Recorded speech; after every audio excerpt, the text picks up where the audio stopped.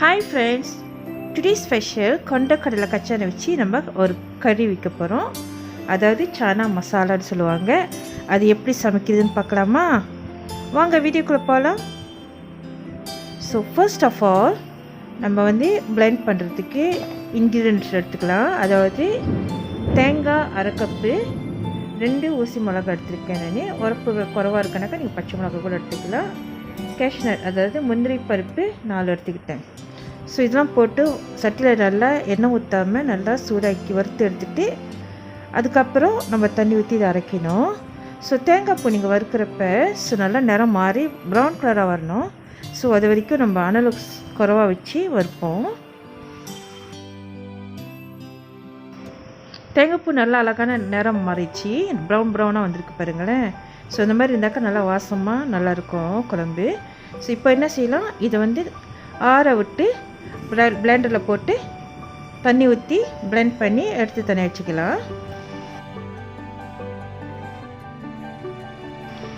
அடுத்தது நம்ம கொண்டக்கடலை கச்சானை நம்ம அரைக்க போகிறோம். நான் 1 கப் எடுத்திருக்கேன். ஓவர் நைட் ஊற வச்சு நல்லா பாயில் பண்ணி எடுத்திருக்கேன். அதில் ஆஃப் நான் பிளெண்ட் பண்ண போகிறேன். இப்போதைக்கு ஆஃப் அப்புறமா நான் ஆட் பண்ணிக்குவேன். இப்போ தண்ணி ஊற்றி அரைச்சிக்கலாம்.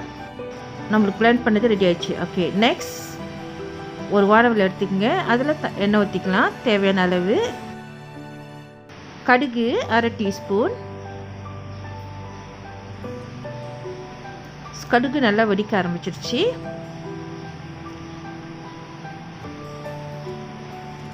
அடுத்தது நம்ம வெங்காயத்தை ஆட் பண்ணிக்கலாம்.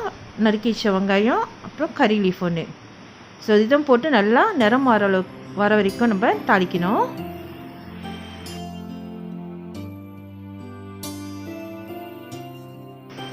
Ginger garlic paste 1 tablespoon add பண்ணிக்கலாம்.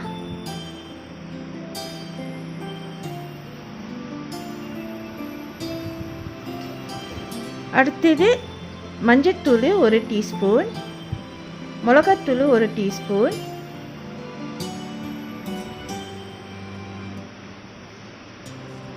உப்பு தேவையான அளவு போட்டு நல்லா கிளறி விடுவோம்.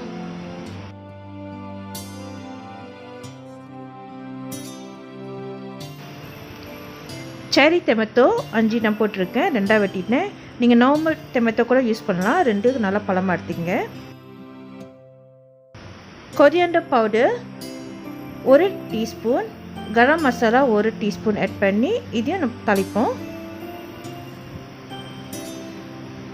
ஸோ அந்த எண்ணெயிலேயே நல்லா குக் ஆகுது.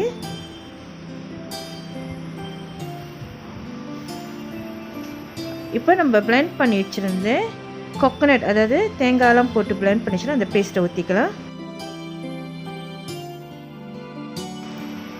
நல்லா மிக்ஸ் பண்ணி விடுவோம். மிக்ஸ் பண்ணி விட்டுட்டு கொஞ்சம் பாயில் ஆகட்டும். ஒரு 2 கொதி வந்த பிற்பாடு கொண்டக்கடலை கச்சானை அதாவது சிக் பீட்ஸ் நம்ம ஆட் பண்ணிக்கலாம். பிளெண்ட் பண்ணி வச்சிருந்தா அதையும் நம்ம ஆட் பண்ணிடுவோம். அடுத்தது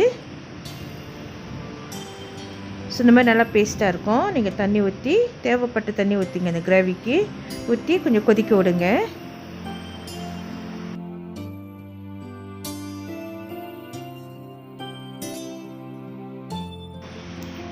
நல்லா கொதி வந்த பிற்பாடு நான் கொண்டக்கடலை கச்சான் ஒன்று ஆட் பண்ணிக்கிறேன். நான் 1 கப்பு ஊற வச்சுருந்தேன். அதில் பாதி நான் பிளெண்ட் பண்ணிட்டேன்.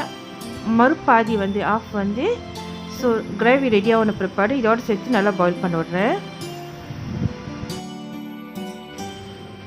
தேங்காய் பால் தேவையான அளவு ஊற்றிக்கங்க.